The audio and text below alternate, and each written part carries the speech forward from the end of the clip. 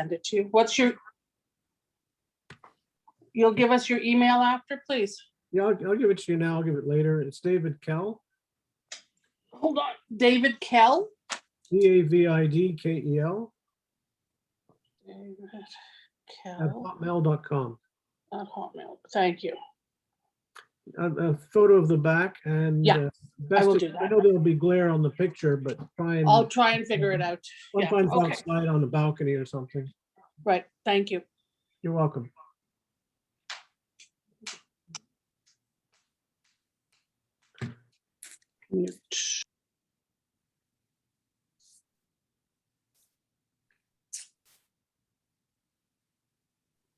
Okay, David, we're going to wait one more minute.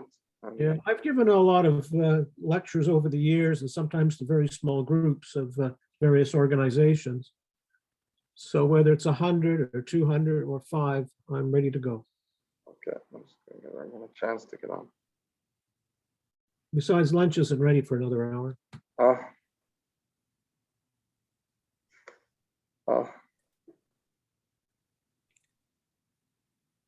Hi, everyone. It's Valerie. Just want to know, how come I don't know about these Zoom meetings? Sylvia told me about it. Otherwise, I would never know. You gotta register on our website. Very, very simple. You got every email, every speaker, every event. Okay. I'm gonna send you a link, and you can just very simple. There's no custom. Just register, and then every email goes to you for all Perfect. of our programs. Thank you. Okay. All right. Okay. Okay.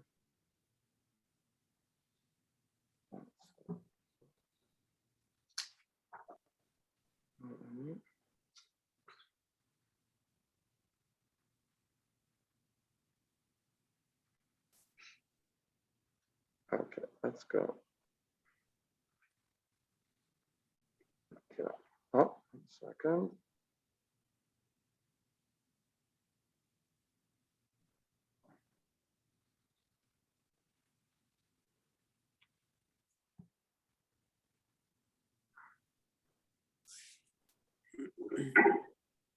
Oh, 1 second. All right. Okay, David. So I'm just going to give a brief introduction. Welcome, everybody. We are very fortunate to have with us today Mr. David Kelsey. Anyone who's involved in Chabad of the town, David and Sylvia are pillars of our community, going all the way back to the very beginning. And I still remember the days when David would get up and give a speech at every Kiddush. And we miss those days. Hopefully they're coming back soon. But David is an expert when it comes to antiques and art, and is, I believe, works with Bonhams, a representative of theirs in Canada. So has tremendous experience and expertise in this, going over many decades. And love to pass the floor over to David. Tell us a little bit and give us insight into this area, into his experiences. So without further ado, David, it's all yours. Thank you very much, Salman. Good morning to everybody. I've been in the field for the last 45 years of my life, or more actually, which actually is almost coming to an end here in this part of Canada. With the exodus under René Lévesque, a lot of the really good material left the province. So it's really at an end. I'm starting at that point, and then I'm going to jump back. I first got into this field through my late father, who was an auctioneer here in Montreal. I'm second generation in old Montreal. The company was called Jacoby's. Some of you might remember the name. And on completion of university in 74, a week later, my dad had a major heart attack and he never recovered. So at that point, I was going into law school and never did, because I had to take over the business. And one thing led to another and led me to selling the business a year and a half later and ending up in London, England, with one of the big auction houses at the time called Phillips. soon after I met my wife Sylvia and decided to come back to Canada and back in the business in another company called Pinney's that you might remember. And I was the art director for 25 years. And then on to Bottoms, and I've just retired from Bottoms about a year ago. I was about 8 years of age when I first went to my first auction and watched my dad. It was the only way I could get to see him. He really worked 7 days a week building up the business. And at the age of 8, I used to go down all by myself on a bus. And in those days, it was acceptable. You wouldn't send an 8-year-old today into Old Montreal on a bus from NDG on his own. But in those days, you did. And that was a way that I could at least see my dad. But in so being, I was able to learn a lot at a very young age. And my eye always gravitated to two particular areas: Chinese works of art and Canadian art of the 19th century. Why the 19th century more than the 20th? Or you might say the 60s, the abstract works? Because the 19th century told the history of Canada. And in these pictures, which were done many times by army officers, and in fact taken back to England, they would tell a particular story about a town, a village, parts of the country that today have skyscrapers built upon them, such as Montreal. That part of my life in the 19th century, I actually became quite an expert in the field, culminating in 1998, with 2 trips to London, England, to appraise the most incredible 19th century, 18th and 19th century collection in private hands, the Peter Winkworth collection, which today is now housed in the National Archives in Ottawa. This was a collection at that time in 1998, which came in at around $8.5 million, which for Canadian art was a chunk of change. The archives ended up buying most of his collection except the oil paintings. And we're talking here an evaluation of over 3,000 to 4,000 items. And it took me 7 days a week for 2 weeks on 2 separate trips to London to complete the task. That for me was the highlight, I think, of my career, because in one swoop, I got to see all these wonderful pictures of early Canada. And many items, in fact, which my late dad sold were there. Mr. Winkworth never even unpacked them. I actually exposed them to the light of day for the first time, in many cases, since 1968 or 69. So that was a lot of fun. In my career, I opened up back in the 90s. I had an idea while having a coffee in Miami. And I was sitting down, I was looking at the people around me. And I was noticing that, of course, they were speaking Spanish because I was in a Cuban coffee house. But I also noticed that some of the women were blonde. And a little light bulb went off in my head that there's probably been a sizable European community that went to Cuba in the late 19th century, early 20th century. And in most cases of the merchant class, they probably became quite wealthy. And what do wealthy people do? Well, they travel. What do? They buy things, they bring them back. So the light bulb went off. And to make a very long story much shorter, our company Pinney's very clandestinely became the largest importer of antiques and works of art from Cuba for over 8 years. This was supplementing the goods that we were getting here in Montreal, which was becoming tougher and tougher as many people had left the province with their goods spread across the country.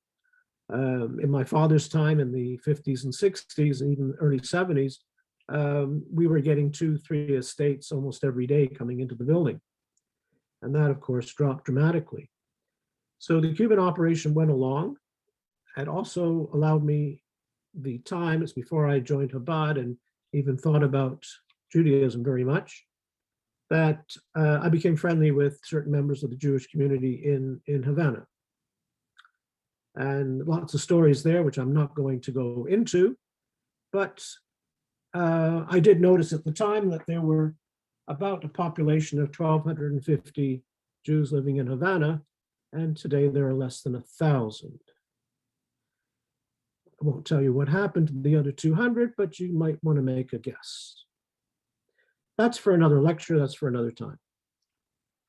Going back to the art and antiques, I've handled some of the biggest estates here in the city of Montreal, and for that matter, Canada. The three Timmins sisters, whose dad was Leo Timmins, who founded Timmins, Ontario, the gold mining czar. We're talking extreme wealth, beautiful buildings in downtown Montreal in the square mile. The last three homes in private hands. And I sold out the contents between the years 1975 and 1998. And there are no more private homes in the square mile in private hands. Most of them belong to McGill or have been converted into condos, or in the case, I think, of the former home of Hartland Molson, into a magnificent office, and truly magnificent office. I'm going to show you some photographs. And by the way, at the end, if you have any questions, any thoughts, you can always get in touch with me. There's no charge for any evaluation that I do, as we're all part of Chabad. Going through last night and thinking what I'm going to discuss, it's much easier if we were all in person. I would bring in a couple of paintings and some antiques. We would discuss them and let you touch them, and everybody has their own questions, and it can become quite a fun evening, especially as Zalmi will provide wine and cheese and all the other goodies. Canada is a very young country. When I say that I'm interested in 19th century art, the various earliest works of art that we know, that I saw actually in the Peter Winkworth collection for the first time, were those associated with General Wolfe and General Montcalm, so that's 1759. Those are the earliest works that I saw, and Mr. Winkworth's collection ended. He never collected past 1867.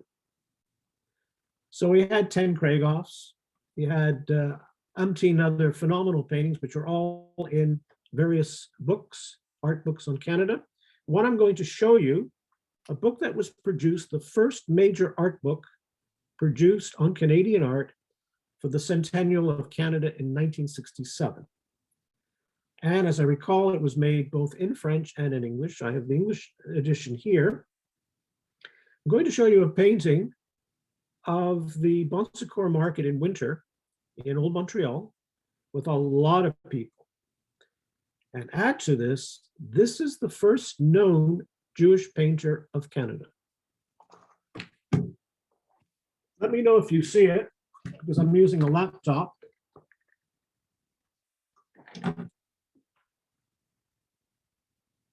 Does it show? Yes. Can you see it? Yeah. Yeah. This was in Mr. Winkworth's bedroom. And he was a Canadian living in London. He never worked a day in his life. He came from a phenomenally wealthy family here in Montreal. He went to Oxford University. He was friends with the royal family. When I was having lunch with him, there was pictures of Queen Elizabeth and Prince Philip in his living room, playing with his dogs. He had two small, I think they were Yorkshire Terriers. And there was the Queen, I couldn't believe it. She was sitting in the living room. To which he says, yes, they're just friends. He was an eccentric, but he had an eye for incredible history, Canadian history. Back in 2007, when I joined Bonhams as their Canadian art specialist, we put together the first auction in Montreal here of a collection based on the Cole collection. The Cole collection, the lady they lived on Ramsey in Westmount. And she had an incredible home filled with Canadiana. Canadiana, in this case, means 18th and 19th century Quebec furniture. artifacts and paintings. And the first test I had when I entered the house was the executor, who today runs the Cole Foundation. This foundation has given over $100 million to the Montreal Children's Hospital. Mr. Cole was head of Wood Gundy in his lifetime. He asked me, do I know the name of the artist who painted this picture? And I turned around, it wasn't signed. And without ado, I said, absolutely. It's a painting by Peter Rindesbacher, an extremely rare Canadian and American artist. Why American? Because he left Canada for the United States, where he had a studio for about 6 years. And when he, because he went to the United States, the value of the work immediately doubled. I'm just going to, give me 2 seconds here. I have the catalog. And again, let me know that you can see it. This, by the way, is modern day Winnipeg.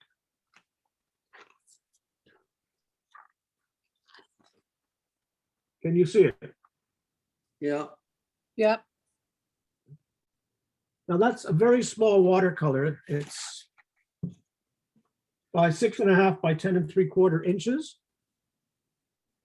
I recognized it straight away as the work of this artist. He was a very young man. He died, I think he was in his 20s when he died in St. Louis, Missouri. He came from Switzerland to the Red River Colony, which is now today Winnipeg, where the family practically starved to death the first year. But he was an incredible artist as a young man.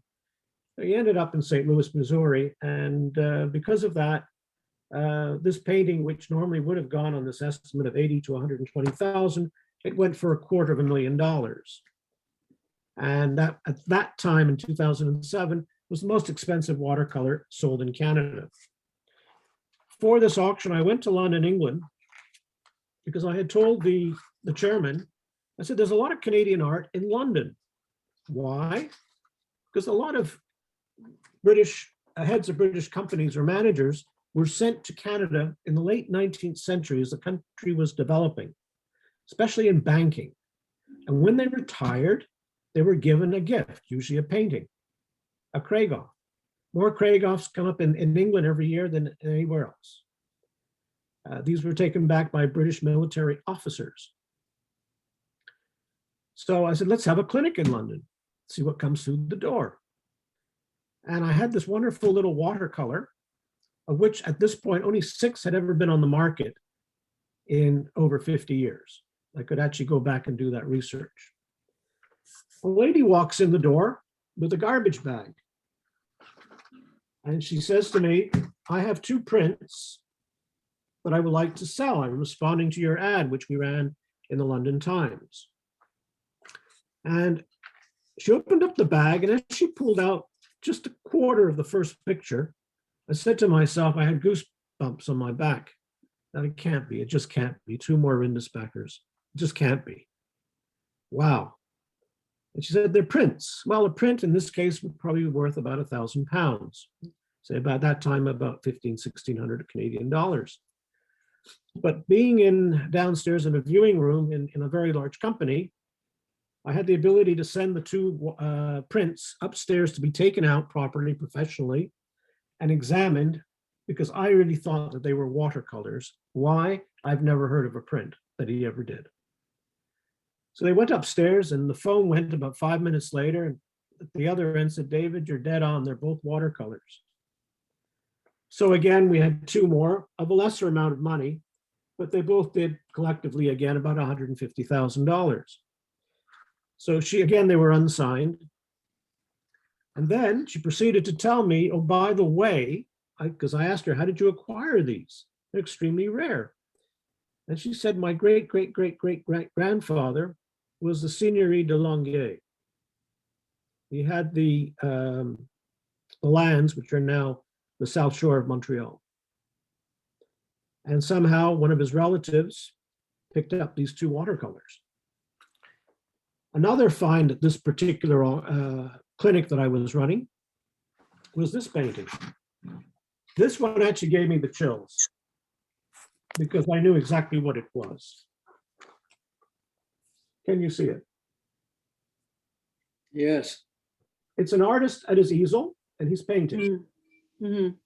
His face is superb, the quality. Can you see the painting behind him? Mm-hmm. It's a sketch. That is a mural. That mural today hangs in the National War Museum in Ottawa. Mm-hmm. That is Canadian troops in Mons in France in the First World War. It's a huge tableau. It's very, very large. We presume he was doing a smaller sketch on his board at the time. And this was painted by his wife. He was also the founder of the Regina School of Art. He did 2 trips to Canada in his lifetime, and he headed I don't know why he chose Saskatchewan of all places, but he did, and he started the School of Art there. But when I saw that, I said, this has got to come back to Canada. And indeed, the National War Museum did acquire the work.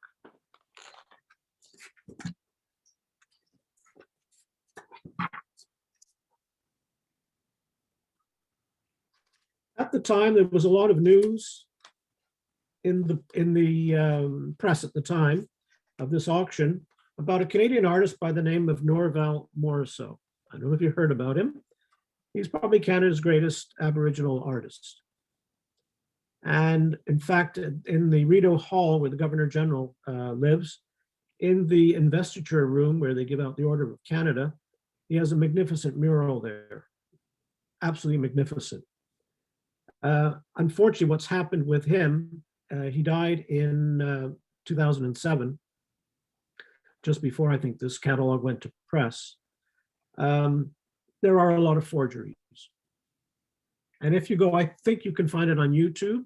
There was a CBC report, an investigative report done, which is fascinating, on Morrisseau and the forgeries. I am aware of them. I have seen them. I know of people that have acquired them for a lot of money. There's been a lot of infighting between dealers in Toronto as to who has the real one and who doesn't. But this one was genuine. And this I acquired from a doctor in Victoria, British Columbia, called the Shaman. I don't know if you can see that clearly. Yeah, okay. Yeah. It's a fairly large work. When it went for sale, it went for $25,000. It was a record price for the artist during this time. Since then, his works have gone to 50, 60,000. But we started off the values. Don't know if I have anything of. There's 2 items I'm going to show you now. 3. This very, very little one at the top. Can you see that? It's a watercolor. That's the earliest known picture of Canada. Period. That is the earliest one. I did get that in England, in London, England. It was by, we don't know the first name, just British 19th century, signed Gardiner. It's a watercolor. It's probably around 1759, something like that. Around the time of Wolfe, maybe 5, 6 years later. The earliest in this catalog, I mentioned before when I spoke that the Cole collection had a lot of furniture. I'm not going to bore you with armoires and things like that. There's one piece here. Again, I mean, this catalog was exceptional for many reasons. This did have the oldest piece of furniture here in Canada. A stool. That's all it was. 17th century, documented in a number of books on early French Canadian furniture. The sad thing about this, and we advised the Canadian government, we advised the purchaser, who was from Boston, needed an export license. We told Ottawa about it. It was let out of the country.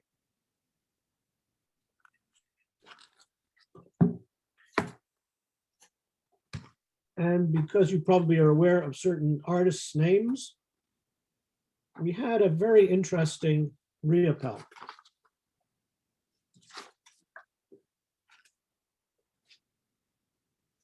This is, don't forget, 10 years ago or 12, 13 years ago, the market has really doubled and tripled since then. This painting did, if I recall, around $220,000. Today it would do 500,000 to 600,000. This I acquired when I was in Victoria getting a few things, including the Moriso. I got a phone call from a gentleman in Seattle, Washington. He had a Riopelle and he'd like to sell it. I said, I'll be down tomorrow. I didn't want to waste time on that one. And the very first thing I did when I got into his house, my wife came with me, he said he had prepared a lovely lunch and we will eat first and then we will discuss business. Okay. I wanted to see this famous Riopelle. I wasn't really interested in the lunch. And we did eat. He was a lovely gentleman. He had been the butler in a home of the richest man before Bill Gates on that part of the West Coast. It was a banker. I think his name was Fuller. And he had been his butler, and Mr. Fuller had given this as a retirement gift. And on the back is what I needed to see, not the front. On the back was a certificate from the Dominion Gallery here in Montreal, from Max Stern. And that told me right away, this is absolutely kosher. And we made arrangements and told him how much I thought the estimate should be. And it was picked up the following week, air freighted to Montreal for the sale. So on the show and tell there, I'll end it there.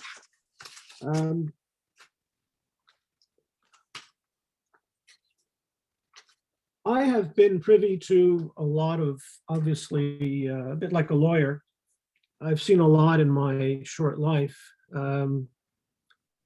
with people, with estates, some extremely well-known Canadians behaving badly. I'm going to give you all one little piece of advice that I have learned. Don't assume anything once you're gone. If you have a lot of things you want to leave to your children, make it very, very clear in the will. I have seen, at that time, I would say the two richest women in Montreal fighting over $125 silver sauce boat. And I mean fighting. So estates bring out sometimes the worst in all of us. So that's one of the advices I can give you from my own experiences. My career has been an absolute thrill. We've done a lot of interesting things, met a lot of interesting Canadians, seen a lot of stuff which there's no question the next generation will not be able to see because it doesn't exist. People today are not collectors. Quebecers French Quebecers were never big collectors. It was shunned by the church. So who were the big collectors? Were the Anglophones, the merchant princes of Montreal. And they've all gone on to their rewards and their children have dispersed across the nation. So I'm at the end of a career. I'm also at the end of, I think, and my colleagues in the field agree with me, we're also at the end of an era in Montreal of wonderful house sales and that sort of thing. It'd be a pleasure for me to take any question you have. Except I have if a you can't- question, David. Yeah. The first piece that you showed us, you said he was the first Jewish artist in Montreal, but you didn't mention his name. Who was that, I'm please? sorry, William Raphael. No, thank you. William Raphael. He did a lot of commission works around Montreal as well as a portrait artist. Mm. And there were a lot of portraits he's done. I think McCord has a few. Mhm. This particular painting was supposed to have gone to the McCord, but it didn't. The whole collection was, not the whole collection, parts of the collection, some major pieces were sold by Christie's in London, England. They did have an exhibition in Toronto. We tried to get it at the time for Bottoms. We would have had the sale obviously in Canada where it really belonged. But it was after Mr. Winkworth had passed away and I had no more connection with the family. We tried everything. And because it was held in London, the prices were somewhat subdued. They weren't what I expected. They were much lower in many cases. Yeah. That was a lovely painting. It had a lot of everything in it. A lot of people, winter, sleighs, the horses. And he wasn't a great artist. He wasn't a bad portrait artist, but he wasn't a great artist. This is his best piece. And I told numerous well-heeled Montrealers, buy it. There's never going to be another one like it. They sat on their hands. I think it did $80,000 or something.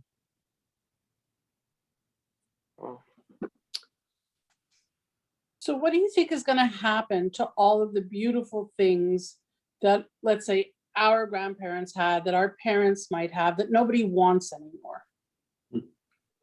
What do we, like, Again, where's it going to depends go? what it is. There are a number of auctions still in Toronto, still has a vibrant auction industry. There are 2 or 3 very good auction houses there, which I do recommend. Problem has become transportation. Shipping has become very, very expensive. I was shipping stuff to New York and to London, England, and I was picking up the phone with the trucking companies and having fights. I mean, it was blown out of proportion what it would cost to send a painting to New York. Could be $1,000. So we have to take all that into consideration. Furniture is a really big problem. Unless it's going to be 50, 60, 75,000 US in value, you can't ship something like that. The transportation will kill the final sell. Expenses have gone up. The auction houses are charging a lot more than I used to charge my clients here in Montreal, sometimes double and triple. So that's become very expensive. The whole thing has become a very, very expensive object. Basically, they don't want the cheap stuff. They only want the very good stuff, all the major houses.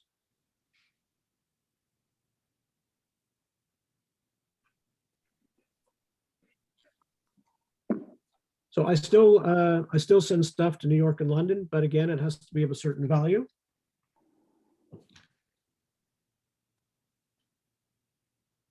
David, are you still involved in the field now? Like you still? Yeah, I'm still involved. Yeah, I still keep my my feet and fingers wet. Yeah, we're back in the game.